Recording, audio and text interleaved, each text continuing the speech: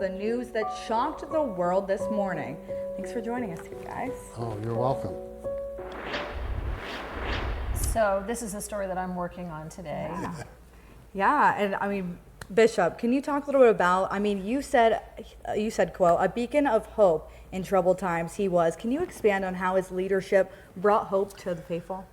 Well, I think because of his connection with the poor, the immigrant, people who were victims of war, that he did reach out to quite a few.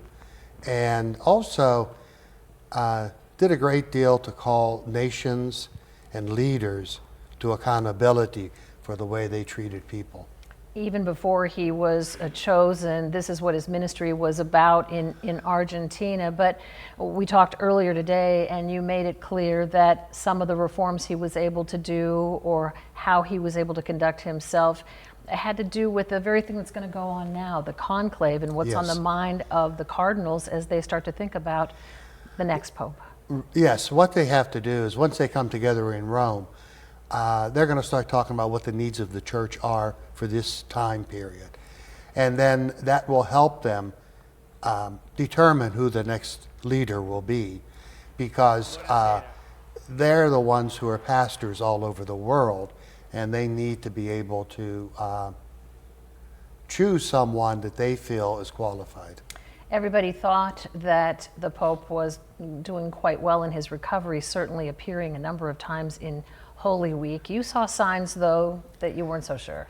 Yes, I thought he looked terrible when they would put him on camera, and he seemed to be in a lot of discomfort. But I read the report from Rome on the cause of death, and they listed stroke was one of them. And a heart attack. Wow. And a heart attack, yeah. As well. But, you also shared earlier that what a joy that he was able to be a part of the Easter worship there in the Vatican, and it was all about the resurrection. Right. Now, as he prepared to do all of this and share in the Easter season, Easter, now he'll know what it's like, because he's now going to be part of the resurrection.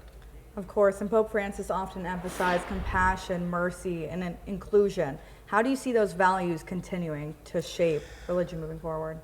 Well, it's hard to say, because, you can have one pope who will have a certain agenda, and then another pope whose agenda may be different.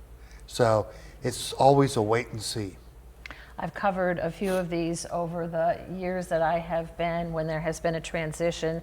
Mackenzie is a little bit new to this, so just really quickly, tell us about the conclave. There's really no indication how long they may meet, but it's very much a Holy Spirit-driven thing. Well, yeah, we believe that, the cardinals obviously will talk to each other, will think about possible candidates, but ultimately it's going to be the Holy Spirit. I think the Holy Spirit will decide who's going to lead the church. And the way the rest of us know what's going on during this time is all about the smoke? The smoke, right. If the Pope is elected on the first or second ballot, white smoke comes out. If they fail to have an election, then it's black smoke. So everybody hangs around St. Peter's Square and watches the chimney. I find that so interesting. And what's the reaction normally of people when they see the black or white smoke? Well, usually there's a lot of cheering going on when they see the white smoke. But they have, I think, 4 votes a day. And then they have to get 2/3. And if they don't have the majority, they move on to the next day. So the bishop was kind to come in and join us live. Thank you so much, Bishop. Oh, I really you're appreciate welcome. it. You But too, we Lisa. talked to him as well earlier. That'll be part Yeah. of my story coming up in Erie Perfect. News Now starting at